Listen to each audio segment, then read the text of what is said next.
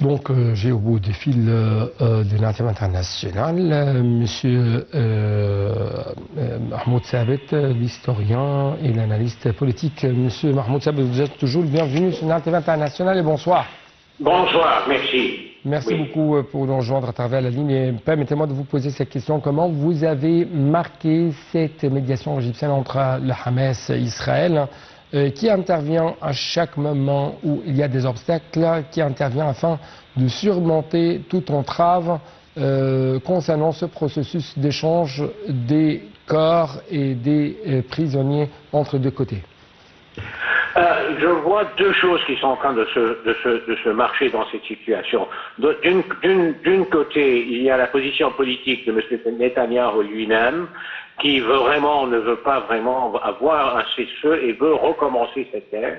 Au même moment, il y a aussi l'armée qui n'est pas vraiment dans une position de recommencer et ne voit aucun résultat si le recommence. Ouais. Alors il y a quand même une certaine division de politique en Israël même. Mais au même moment, dans le sens politique, ils sont en train d'essayer de provoquer la situation avec Hamas de ce qu'ils sont en train de faire, ça veut dire de mettre le cessez-le-feu en danger et que la deuxième phase ne va pas se rentrer. Ouais. Mais à la fin de la journée, ils ne sont pas vraiment dans une position d'intervenir militairement tout de suite. En tous les cas, il y a un certain alerte, il y a un certain division d'idées et d'opinions dans les cercles en Israël même. Oui. À quel point vous êtes optimiste concernant, si je peux dire, une reprise imminente des pourparlers pour une deuxième phase du cessez-le-feu entre le Hamas et Israël? Pardon, j'ai pas entendu la question. À quel point vous êtes optimiste vis-à-vis d'une certaine reprise imminente des pourparlers entre le Hamas et Israël pour une deuxième phase du cessez-le-feu? Moi, je suis 50%, parce qu'il y a quand même beaucoup de pression, pas seulement par le gouvernement dans les cercles gouvernementaux, mais aussi par l'opinion publique en Israël. Ça veut dire pour que les otages et que les restes des Israéliens qui sont en main de Hamas sont retournés. Alors, le but n'est pas très clair pour le moment. La politique n'est pas vraiment claire du côté israélien. Alors ça veut dire que ça peut aller d'un côté ou l'autre. Oui. Oui. Également, comment vous trouvez le rôle égyptien actuellement?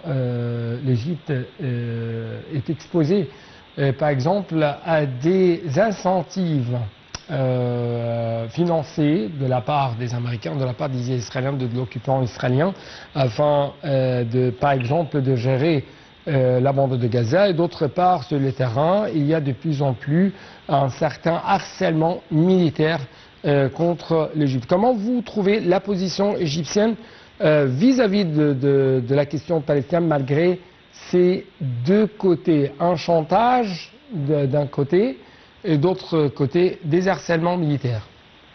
Je vois que la position égyptienne, bien sûr, est très sensible, dans le sens qu'ils doivent mettre du pression. Ils le sont en train de le faire, entre parenthèses. Et la question, ils ont déjà proposé une proposition très logique.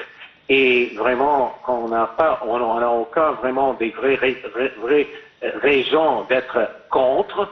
C'est une très bonne résolution, c'est une très bonne proposition. Alors, ça a mis un peu en échec l'autre côté, ça veut dire Israël dans ce sens, parce que bien sûr, Israël, leur but, c'est de vider le Gaza de Palestiniens au plus vite possible, et ça ne va pas y aller, ça ne va pas marcher à la fin de la journée. Et la position égyptienne, moi je trouve, est très sûre, et c'est très correct dans le sens qu'ils poursuivent actuellement. Oui. Monsieur Hassan Sabet, merci beaucoup pour de telles explications concernant les derniers développements survenus dans le dossier de Gaza. Une main qui protège, l'autre construit. C'est toujours le slogan appliqué par l'Égypte sur le terrain. C'est pourquoi, oui, l'Égypte c'est bien sûr de protéger ses frontières et bien sûr de protéger sa sécurité, la sécurité arabe. Mais aussi de notre côté, l'Égypte essaie toujours de faire une grande restructuration de son économie. La preuve en est, c'est la station Tahya Masr au port d'Alexandrie, qui est une installation moderne et polyvalente, inaugurée en 2023. Et cette station de Tahya Masr renforce la position de l'Égypte dans le secteur maritime mondial. Et grâce à ses installations de pointe et à sa gestion efficace, cette station est désormais classée parmi les 50 meilleures stations portuaires du monde, renforçant ainsi la compétitivité de l'Égypte sur la scène maritime internationale. Comment l'Égypte est devenue de plus en plus un axe primordial pour le transport au niveau mondial, c'est ce qu'on va savoir durant les prochaines minutes, que ce soit à travers le reportage ou quand même à travers les explications de l'un de nos invités.